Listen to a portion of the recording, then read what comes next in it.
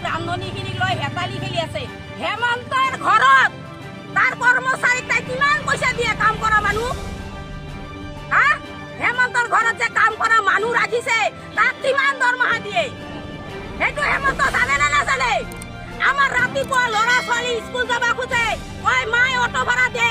আমি অটো ভাড়া ল'ৰা ছোৱালীক দিব নোৱাৰো। আমি দিনটো যদি খাটি ফেলে আমি ল'ৰা ছোৱালী এখন কিতাপ আনি দিব নোৱাৰো, এটা কলম আনি দিব নোৱাৰো, অটো ভাড়া দিব নোৱাৰো। আমাৰ কিমান দুখৰ কথা।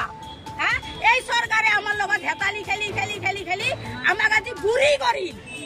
আমি কেতিয়া পাম পইচা? আজি আমাৰ বেমাৰ আজাৰ হলে আমি এটা টেবলেট খাব পইচা নাথাকে আমাৰ। আমি কি কষ্ট কৰি চলো আমাৰ এখন সংসাৰ।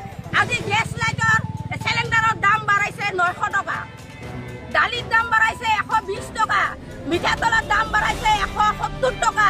এইবিলাক বস্তু আমি কি দি কিনিম, কি দি খাম? আমাক ইমান দিনে মাননি দি আছে, আমাক এতিয়া মজুৰি দিব লাগিব।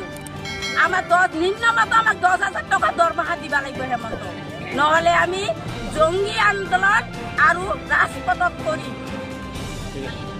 আৰু এই যে আমি বুঢ়া হৈ গলো, 60 বছৰ হলে আমি চাউলৰ বল দাঙিব নোৱাৰিম, চচপেন দাঙিব নোৱাৰিম। তেতিয়া আমি অকলে কম যে মই ঘৰত যাওঁ, ঘৰত যাই এনে খালী হাতে কুকুৰ নাচাতে। যদি আমি একালেন কিবা এটা লৈ যাওঁ তেনেহলে আমাৰ বোৱাৰী কি কব, বুঢ়ী কিবা আছে, বুঢ়ী অলপ টানিম। আর যদি খালি হাতে যাও আমারতো ভিতর গিয়া শেষ পাইছে। এই গরমত আমার মাস্টারে একদিনও রান্না বন্ধ করা নাই। এই গরমত আমি রান্ধি রান্ধি পাগলা হয়েছিল। আমার ভিতর গিলা তো পচি গেছে। যদি আমার সিটি স্কিং করে আমার কলজা ফেপড়া সব পুরি পুরি গেছে রান্ধনীখিনি। আমি কি করি, আমাক এককালে 3 লাখ টাকা এটা ধার্য করবই লাগিব।